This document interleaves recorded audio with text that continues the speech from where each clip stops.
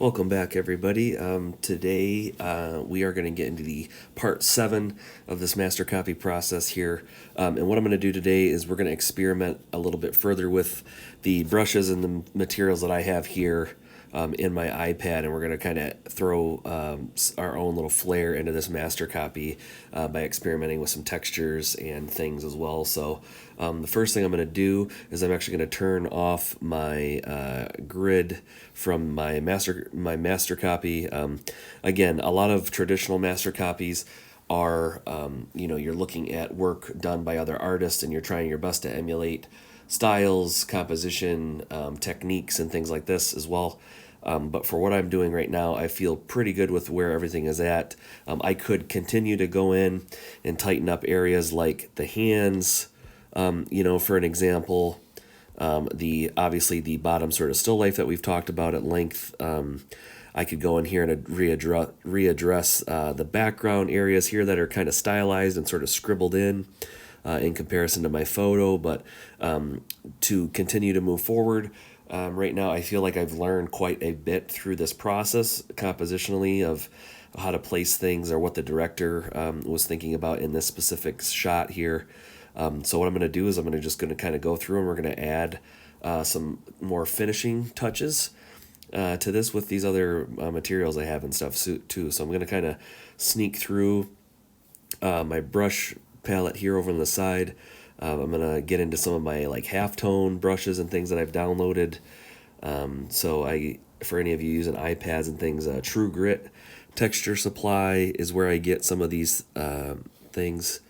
And I'm just going to kind of eye drop here. We're going to see what this looks like in the background if I put some kind of halftones in here and get a little more stylized, get some texture going. So you can use, obviously, if you're working at home with more analog materials, you could definitely use, other pens and pencils and different things, or crayons, or other things that maybe you hadn't had a chance to use as much. But I'm just kind of experimenting with some stuff and seeing what these things might look like. And I'm just still looking at my image, but I'm just playing around here a little bit. So we're just going to kind of make some layers of some texture back there.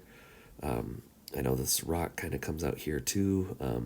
One area that I was kind of excited to play around with a little bit was Samuel L. Jackson's hair here. So the way that the light is hitting it, and sort of the way, the light is hitting this is really showing, some texture in his hair that I wasn't quite able to capture with my pencil that I was using in here. So what I'm going to do is I'm going to come up here to these halftones and kind of see if I can find something that's a little bit more opened up, a little more subtle, and I'm going to color pick from a lighter area in the hair. And then what I'm going to do is I'm going to come up here.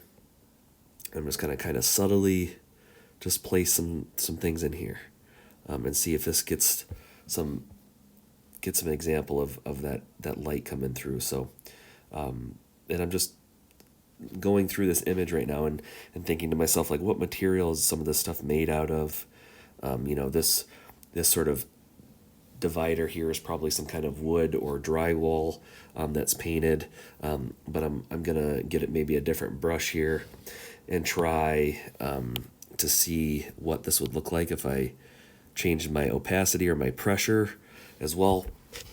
And I'm gonna see if I can add some shadows to this stuff with the brush that I'm using. So I'm gonna go up here and just kind of fill in some spots with this brush that I have and just see what this does, if this adds anything to my work before I jump into the larger work that I'm going to do here later in these videos. So I'm just kind of experimenting with this stuff and making sort of mental notes to myself about how certain things look right now. I'm going to go through and I'm actually going to add some highlights to some stuff. Let's see, let's grab I'll grab some of these vertical line brush and see what this does. I'm going to add some of this to the benches here, these booths here. See, oh, that's a little too strong there. So I'm going to take my pressure down a little bit. Just kind of add some of that stuff in there.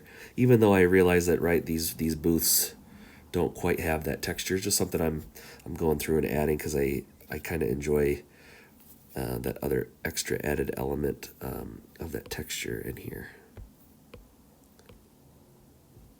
So I'm just doing this stuff kind of subtle, in hopes that this will give me a little bit more of a finished kind of look, or a little more polished. So one thing that I do have that I know is I do have some plaid brushes and things in here. And I'm just kind of zooming through. I do have some things that could be used to sort of show some plaid. So let me see if I can find this in here. Yeah, we're getting there. Okay, so I got some plaid. I know that this person's shirt back here was very much that plaid. So what I'm going to do is sort of go through here and just do that kind of thing with my brush. Now it sort of looks a little bit even closer to what it did earlier, from far away, as that person's in the background. Other things I'm going to go in and tighten up right now is I am going to throw in, try to resolve this figure that I've been struggling with because of the image quality that I have. This entire situation back here was just so blurry. So what I'm going to try to do is I'm going to use some smaller, like dotted line kind of brush that I have, and I'm going to go back here and see if I can add a little bit of some different textures and things back here. Adjust my, just kind of put this kind of over here, and it helps push that stuff in the background a little bit because it's so blurry right now. So I'm just going to kind of keep looking at my shadows and things back there, and I'm basically just doing these quick little gestures in hopes that this will add some definition back here as well. So I'm going to use my pencil, get back into my pencil here. I'm going to go and fill in some other spots here that I didn't quite hit yet. There's still some marks back there. So these are just these little subtle things, right, that will be noticeable obviously in my study, but I'm trying to keep in mind that this is a study. I'm not trying to make a finalized sort of work at this point. I'm just experimenting with things and letting myself have some fun with this process. So I really want to go back down into this where this plate is and quickly make some marks as well. So that's what I'm going to do really quickly. I'm going to kind of come in here and make some adjustments of some light value that I noticed. And again, I'm not too concerned about detail stuff at all, but I think what would be nice is I will color grab a little bit darker of a value. I'll make my brush a little smaller, and I'm going to just quickly make a mark and put a ring around this plate.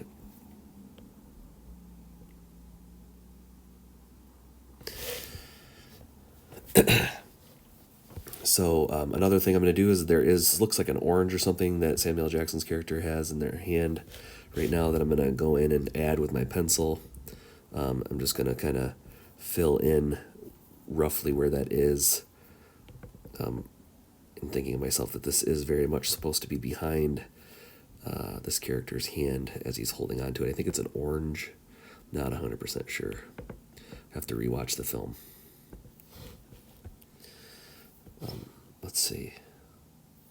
I'm actually going to eye drop from the skin tone here, clear out some of this stuff. And again, I'm just kind of gesturing to some of the stuff. I'm not worried too much about the accuracy right now, so I'm just kind of darkening up where I see the shadow of the knuckles and things. I'm going to bring this shadow from the shirt. I'm going to bring this down quite a bit here. We're just kind of looking to try to finish off what we've started here until we feel even better about where we were just earlier on in this process. So this needs to get a little bit darker. So what I'm going to do, I'm going to push my color choice to go a little darker, and I'm going to go back in and add this. Make my brush a little smaller. I'm going to get this so we can, and what I'm doing is just using that kind of idea I talked about earlier about using gestures and marks to reference like the curved volumes of edges of some of these forms. So I could keep going in to this, folks, but you kind of see, my progress in the last, 6 or 7 parts of this now. These quick demonstration videos that I showed you is like that. I feel pretty good about this. I'm probably going to go in later and tighten up that hand for sure. I'll probably finish adding a little bit more details or some highlights to some of those cups and things. But you can tell with this process, a lot of this is about looking at whatever your image is and doing your best to compositionally place things where they belong. Think about the distances between objects. And just to show you really quickly, to go back to that very first video is, these moments in here, like the distance between these cups, or, the angle of a shoulder, or where the intersection would be of, a head form to a potential back, the booth behind or what's in front. And then also thinking about these diagonals that we talked about earlier as well, just visually, what makes up your composition, regardless of whatever image you're looking at.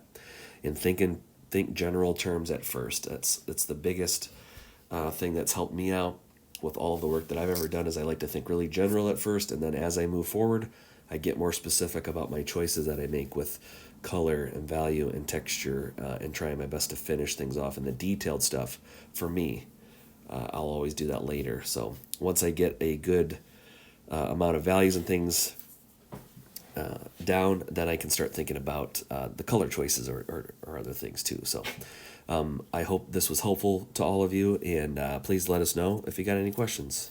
Thank you very much.